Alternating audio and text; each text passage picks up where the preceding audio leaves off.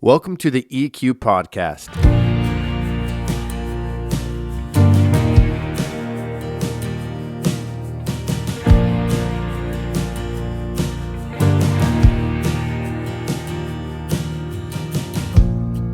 Welcome to the EQ Podcast, a ministry focused on equipping ministry leaders in Calvary Chapel Association in the Pacific Northwest. I'm your host, Zach Lamberson, and with me today is a good friend and longtime pastor of Calvary Chapel, Rathdrum, Cory Kirkham. How you doing, Cory?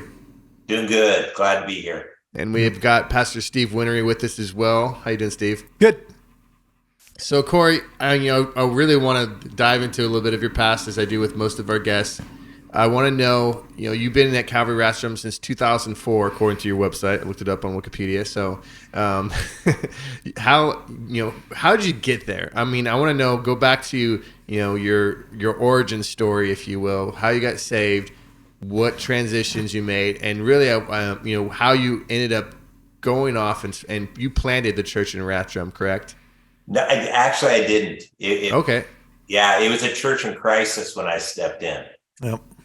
So I would love you to walk us through what that looked like. Yeah. Okay. So I born and raised in the church. Mom always took me to church growing up in the Lutheran church, and met Christ in high school through a ministry called Young Life. I know you guys are real familiar with Young Life. And went off to college at the University of Washington. And while I was there, I was serving as a volunteer leader with Young Life. I spent 8 years doing ministry at Roosevelt High School in Seattle.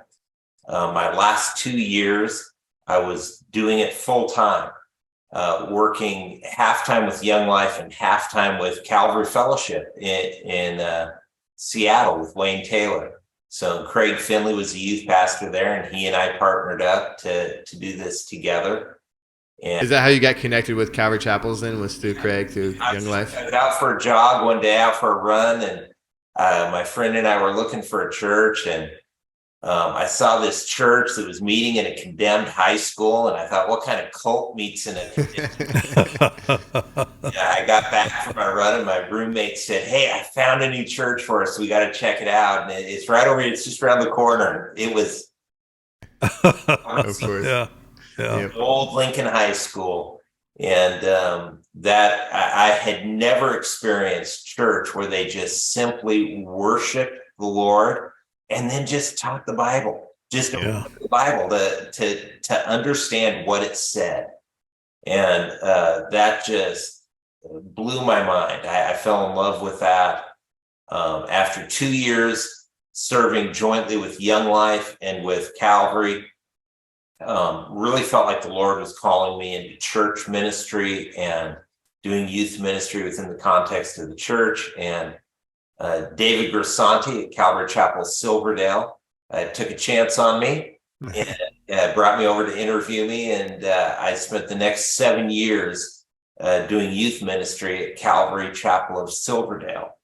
And during that time period, met and married my wife. We were both from Spokane, and after a few years of being married, we felt the Lord calling us back to Spokane. And so we sold our home and made the journey back. And I didn't have a job yet, but I had met with the administrator at Calvary Spokane and met with Pastor Ken there. And not long after, I think I'd been back 2 days, when they made the decision to bring me on as an assistant pastor. And so I served there with Ken for 6 years, ending up as his executive pastor. And one day in March of 2004, Ken and I had just gotten back from India, and we'd been back less than a week, and he stuck his head into my office on a Saturday night after service and said, hey, I need you to go out to Rathdrum and preach out there tomorrow. And I said, okay, where's Rathdrum?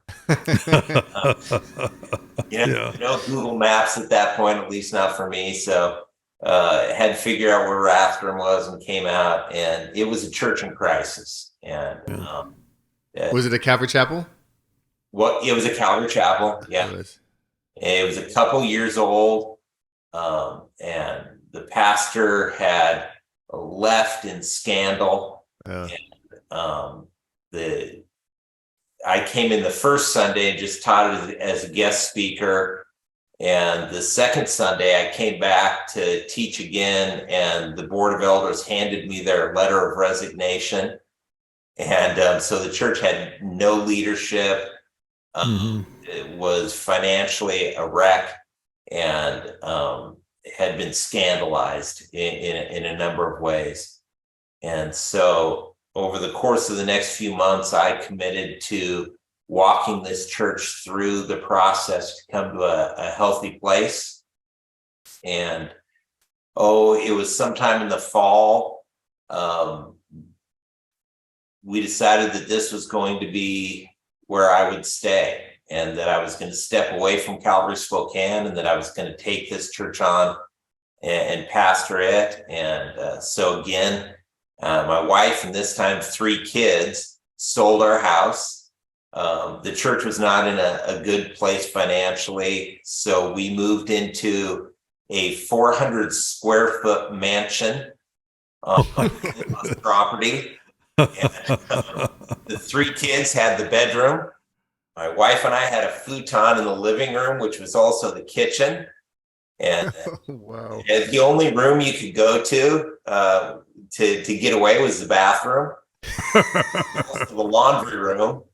And we spent, I promised my wife it would just be a couple of months. And 14 months later, we That's a couple. after Rathdrum. Next March, it'll be 20 years. Awesome. Yeah. So been a real roller coaster ride the whole way. yeah. So with churches that have those kind of problems, especially when a pastor fails morally and that kind of thing, do you still have repercussions from that? How long after the fact did you have real issues?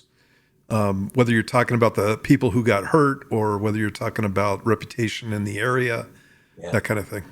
Well, it's still there to a certain extent. But it hasn't been a dominant thing for us probably for the last 7 to 10 years. But it was longer. I had been at the church for several years when I got a phone call from I think at this point she was our volunteer secretary, saying, "We're being sued. I just saw it in the paper." And the church was being sued for something that had taken place during the previous leadership. And that took, I think, around 5 years to shake out before we were eventually exonerated. And it was thrown out of court and all of that. But, really that's the small part of it. There were so many people hurt, and the people that filed the lawsuit were deeply hurt. It wasn't the church's doing, but there was just a lot of damage that happened, both from what did happen at the church and from other stuff that went on around it. And so a lot of wounded people, and so there was a lot of people lashing out because they were wounded. A lot of people kind of withdrawing into a shell and not wanting to risk getting hurt again. Yeah. But over time, the Lord has brought healing. A lot of people have moved on. Yeah. And I'm thrilled with those who have planted in a church and are in fellowship and are significantly connected and growing in their walk. I'm grieved over those who have let this keep them from fellowship. Right. How many people were in the church when you took it over? Gosh.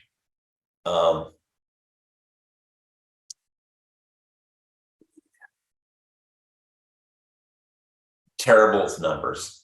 Yeah. Um, and that was so long ago. I think the first week there were probably like 50 people there. And then word got out that there was going to be a thing going down. The second week, so a big crowd showed up to watch the dumpster fire. And but within probably a month or two, it was 50 or under. So is that how many people were in the church previously? And the reason I'm asking is because I've seen situations like this where the churches aren't all that large, but it just makes this huge impact when you have this kind of stuff going on. So I don't know how many were in the church before. I know at one point the church was rapidly growing and it was doing really well as far as numbers go. Right. Great Yeah. as far as numbers go, but obviously there was something really unhealthy at the point. Would you change anything about how you took over that? Because I know you have experience now, hindsight, looking back. What are some things you would do differently? So, and I've actually given this counsel to others who have stepped into a church. I would have,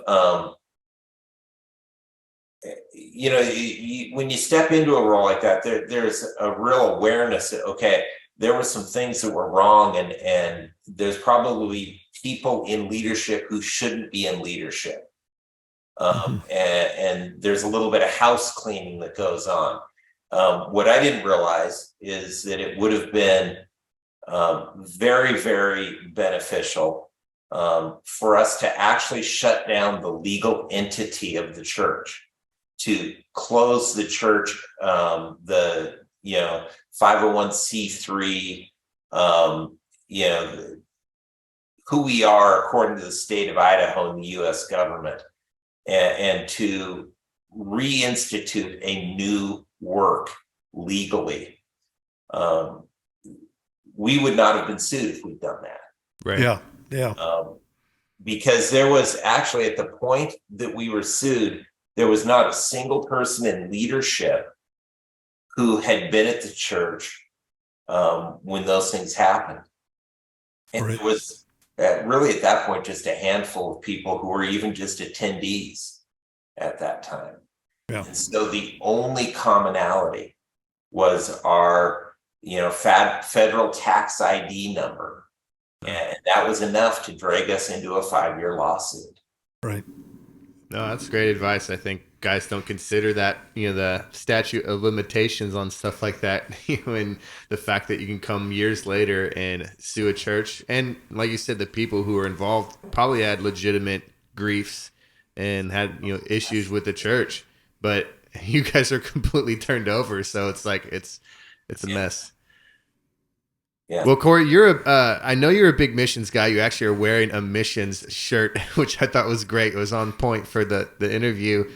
And my thought was, like, how do you cultivate that within your church? What are some missions you guys are doing, first of all? And then how do you cultivate that in your church and, kind of get people excited about missions? So we're involved in a ridiculous number of areas. I think that our church needs to take some Ritalin.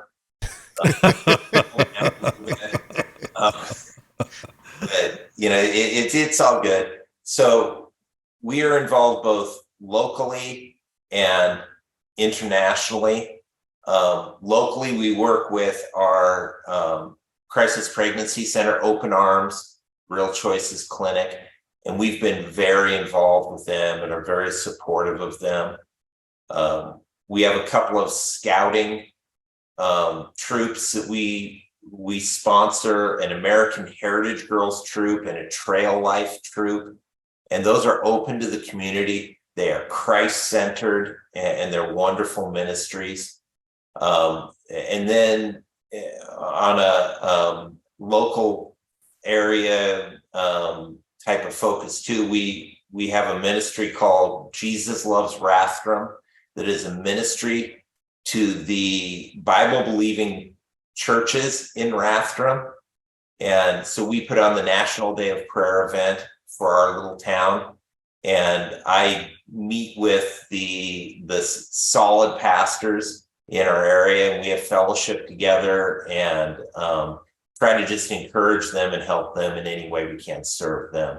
Then internationally, Bridge of Hope Africa, it's a ministry to kids in Uganda. It's a great ministry, and we got connected with them through a relationship. We met somebody who was on the board of directors, and they were looking for a place for a children's choir to come and stay for a month.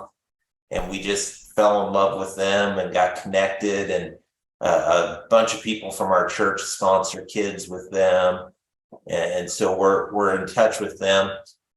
In February, we're going to be sending a team to India with a ministry called New Hope there. And we actually had 2 guys just return about 2 weeks ago, and they were kind of doing the scouting trip for the team that's going to go. And New Hope has a network of about 400 churches. They've got a school, which, in many places overseas, the schools are live-in, they're a boarding school. So the kids live there. And a lot of different ministries go on throughout that church, a lot of medical stuff. And so we're going to go and help out with that. And again, that was a relationship. So one of the guys who is an elder at our church has had a decades-long relationship with the leadership of New Hope, and has been over to India, more than 10 times. And so we're connected with them. We're connected with Far-Reaching Ministries, which I know you guys know about. Wes Bentley and his guys. We've been over to Nairobi a couple of times when David Zavala was pastoring in Nairobi, and just kind of partnered with Calvary Chapel Nairobi. And I'm getting ready in November to go to Costa Rica with Far-Reaching to help out with the human trafficking work they're doing there. Well, maybe I should say the anti-human trafficking. Yeah. So it's an important distinction.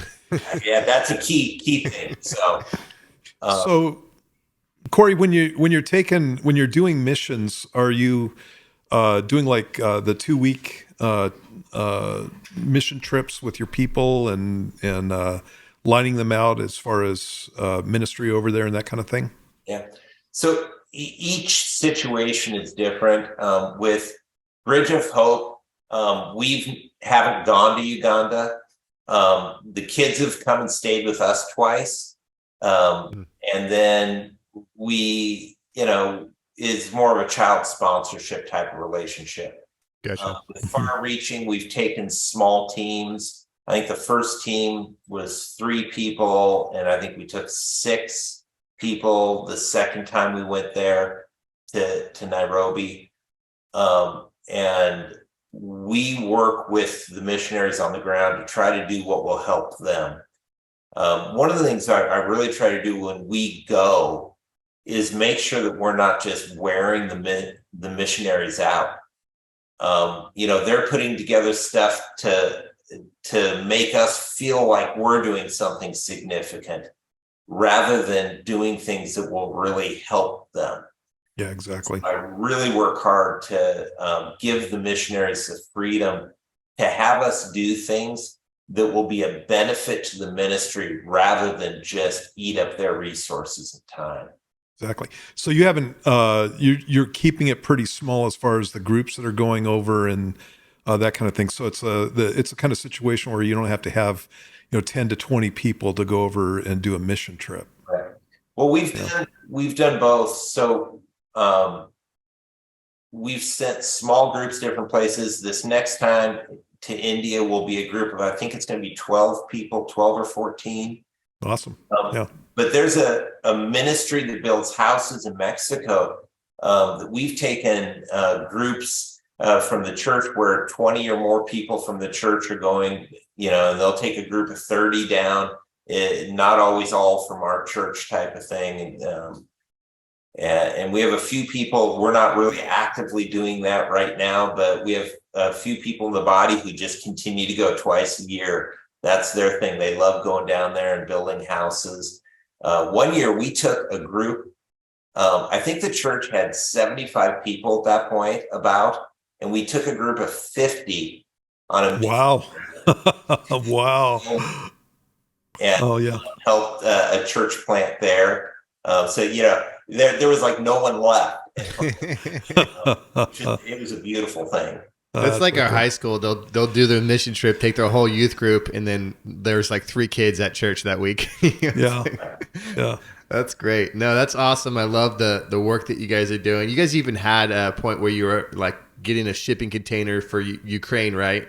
I mean, another thing, and that was not necessarily anyone going anywhere, but you guys were just as a church supporting, sending off, money or supplies to Ukraine. How did that come about? I know Craig was involved with that too. Yeah, Craig Finley contacted me and was wondering if I'd be interested in helping out with the project. And so Craig in Seattle, a gal by the name of Samantha Lamos, who was in Boston. I think she was at Harvard Medical School in the administration there. And then me in Rathdrum, Idaho. I mean, talk about an odd coupling. Seattle, Rathdrum, and Boston. And we put together really 4 prongs of ministry for a brief time. We did the shipping container that was in the Seattle area, and we raised money to make large bulk purchases from Costco, and then we also received donations, shipped that to the Ukraine.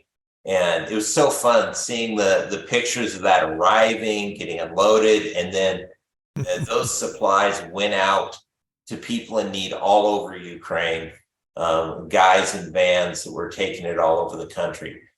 We sent a smaller package of prescription drugs. So we were able to work with a pharmacist here in Rathdrum, a doctor in the Midwest somewhere, I think it was like Kansas City, and then a medical team in the Ukraine to provide them with some prescription drugs that they couldn't get. Oh, wow. So that was a cool thing. And then Craig actually has taken 2 teams to the Ukraine and has done ministry all across the country, just encouraging the body of Christ and delivering supplies. We also did, and this was kind of a separate thing, our church on our own funded a couple of guys out of a church that a couple in our body have a relationship with, and because they were loading up a van to take stuff around, and we paid for them to buy a couple of wood-fired ovens that they put in a van, and they would go from city to city. And this was during the winter, and they'd bake bread and they would bake pizzas in these little villages where no one had any electricity and they hadn't had a hot meal all winter. Oh, wow. They'd share the gospel with them, and they had some supplies, and they just go from place to place doing that. And then Samantha back east actually hosted some people, some refugees, and they ended up living in that area for a while, and got them settled into life here in the States. So it had a couple different prongs. We've since shut that down, but it was a fruitful thing. And it was just 3 people who really had no clue what they were doing, but were willing to dive in. Awesome. So we got a bunch of small fellowships in our area, and so Cory, if you were going to talk to the pastor, pastor who was interested in getting involved in missions, how would you tell him to go about it? I'd say start small and find something like a house build in Mexico or a church plant in Wyoming, or I know you guys just helped out a church in Montana to do some stuff. Go do a VBS for a church, a small church that hasn't been able to put together a VBS. Take your VBS team on the road. You do it at your church, you figure out how to do it. Well, why waste all that learning, all that experience? Take that team, put them in a couple of vans, drive to a small Calvary that doesn't know how to do a VBS, and put it on form with their people walking alongside you. We actually, the first time we ever did VBS, it was a missionary from the Philippines who we knew, and she asked, well, what are you doing for VBS? And I said, oh, we've never done one and we don't know how. And she was on leave for the summer, staying in the States. And so she said, she just took over, and you're doing a VBS. So she put it together. She taught us how to do it, and we've done one almost every year since then. Yeah. So pick something small that can get your people activated, get them excited. And there are a lot of ministries. Northwest Outreaches is a group that we've worked with in Mexico. They're based in Oregon. They've got a compound that you can stay in Mexico. And, we would do it really low cost. So we would actually drive van loads of people to Mexico. Oh, wow. Sleep on church floors on the way down. One sleep in Salt Lake, one sleep in Southern Cal, and then you go to Costco and then cross the border, and you're there by lunch, and you can build a house in 4 days if you know what you're doing. And then you reverse the trip and come home. And I don't remember exactly what the price is now, but it was like $400 a person or $1,000 for a family. Yeah. And you can do this stuff that's really easy. And if you feel like, oh, that doesn't sound easy to me, come with someone. Hey, come with us to India and get a picture of what that's like, and then take that back to your church. Join one of these trips just to come along and see and learn how to do it. But it's so good. It revitalizes you and your people, and it gives them a viewpoint that too many of our people lack. They haven't been in places of great need. They haven't seen other places in the world. And I think it's a really healthy thing to do that when you have the opportunity to. Yep. Yeah, absolutely. So I want to change veins real quick, and we'll kind of wrap it up with this. But I know you, and I know you are unique in regards to how you prepare for a Sunday morning in your sermon prep. And a polite way of saying slow. Well, I know you've got a method, and I think everyone's got a different approach, and I actually think even as a teacher, you're stylistically different than a lot of Calvary guys, and I like it. Cory, I think you're in the mold that God has you, but what is your approach? What would you encourage guys with what they do? But I just want to know, kind of give insight to guys, because again, this is a podcast for ministry leaders and pastors, and I like to hear insights. What do you do? What are some things that are helpful for you? So what does a typical week look like for you preparing for Sunday morning? So my sermon prep starts Sunday evening or Monday morning, and I will read the next passage. So a lot of times I won't be sure exactly where it's going to end. I know where it starts because that's where I left off. And so I'll begin reading that next passage and read it a few times, and then just let that sit. By Thursday, I like to know what my passage is going to be, though I'm not always right as far as where it's going to end. And I'll start studying, and I will spend the whole day Thursday studying, and I'll take notes, but I don't begin writing the message yet. So I'll read the passage over and over, different translations. I'll read commentaries. Probably one of the biggest helps to me is I'll just cut and paste the passage into my into my sermon document, and I go through and I format the text, and that helps me process it in my head. And I'll break it down into paragraphs and lines and thoughts. And if you ever look at my notes, they are a lot of colors, bold and italic, and it drives some people crazy. If you're even slightly autistic, you'll so that helps me process it, and it helps me kind of break it down in my head. Then by Saturday morning, I come back to it, and I will spend all day Saturday, usually right up till bedtime, writing the message. And I write word for word. And I don't always follow it word for word, but I do pretty much.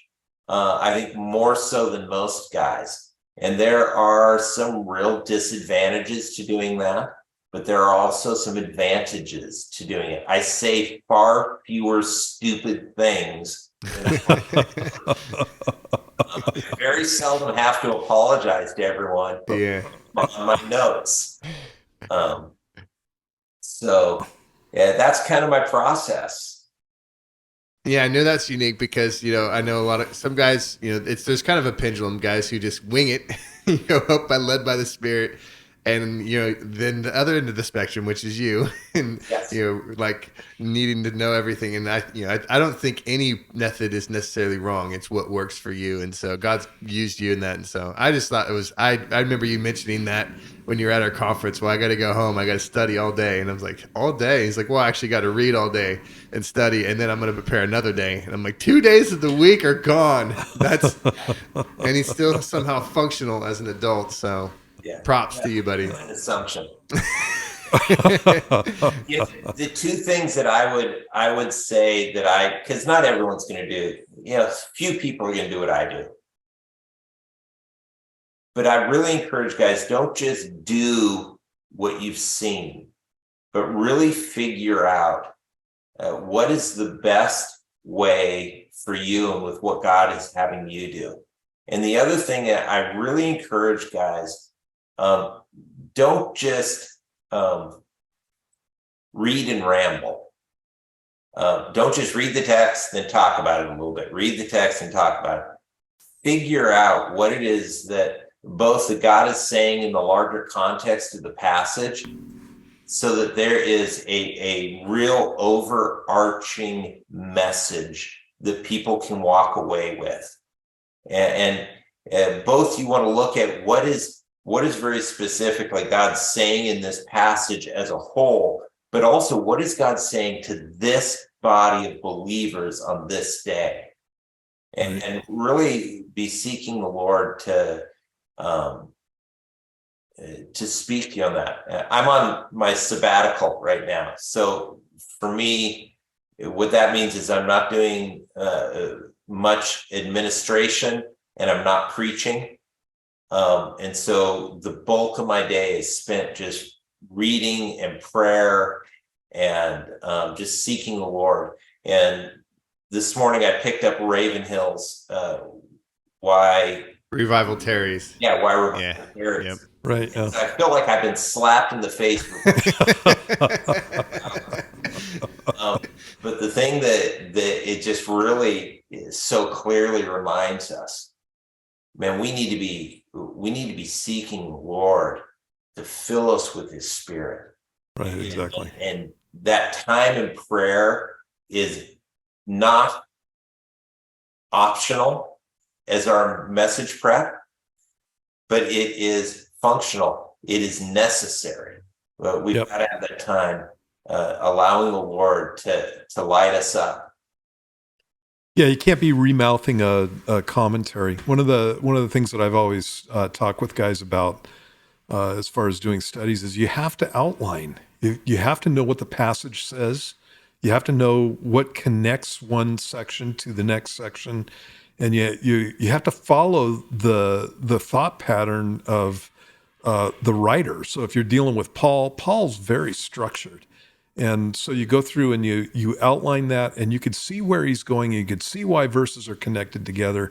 And you're never going to be in a position where you're using verses out of context if you'll do that kind of work. And then what you do with that outline, whether you go through and write down everything that you're going to say, or whether you put down notes and you have areas that you're going to go into or putting in application, that kind of thing.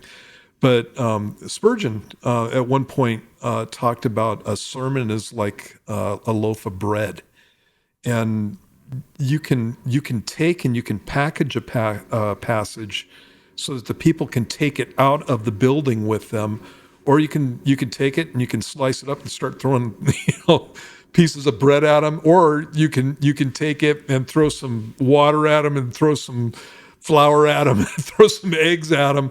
And there's one that's going to be way more effective, and it's where somebody can walk out of a building and know what the passage has to say, know what the application is to their life, and that's our job. That's what we're doing. Yeah. That's great. All right, you ready for the lightning round? Yeah. Okay, 3 questions. Just real quick, your answers. Number 1 is, who's your go-to pastor to listen to? Oof. It could be dead or alive. I'd say Alistair Begg. Yeah. Okay. Number 2, what's a recent good read? A book you'd suggest to other pastors, like you should read this book. Live Not by Lies by right here. Where it is? It's somewhere right here. I don't know. Rod Dreher. By Rod Dreher. Live Not by Lies. Excellent read. And last one, what's one piece of advice you'd give for someone in full-time ministry? Something that you feel like unique to what you've gone through, like you just want to impart to the listeners. Take care of your spiritual life. Don't compromise there. Keep yourself healthy spiritually. Spend that time with the Lord. You will always be able to fill your schedule with doing more stuff. You need to have the Lord pouring into you deeply, regularly, consistently. That's awesome. Thanks, Cory. Appreciate you taking time from your sabbatical to come and hang out with us on the Thanks, podcast. Cory. I miss your beard, but I'm sure we'll be back next time I see you. So it'll be back. Good news. And just appreciate you being on the show, man. Love you. Right. Take care. The EQ Podcast is here as a resource for our listeners. Check us out at eqministry.com. On our website, you'll find a variety of helpful tools, including past ministry conferences and a contact form to seek out help or counsel from seasoned Calvary pastors who want to encourage you in your serving or answer your ministry-related questions. Until next time, God bless.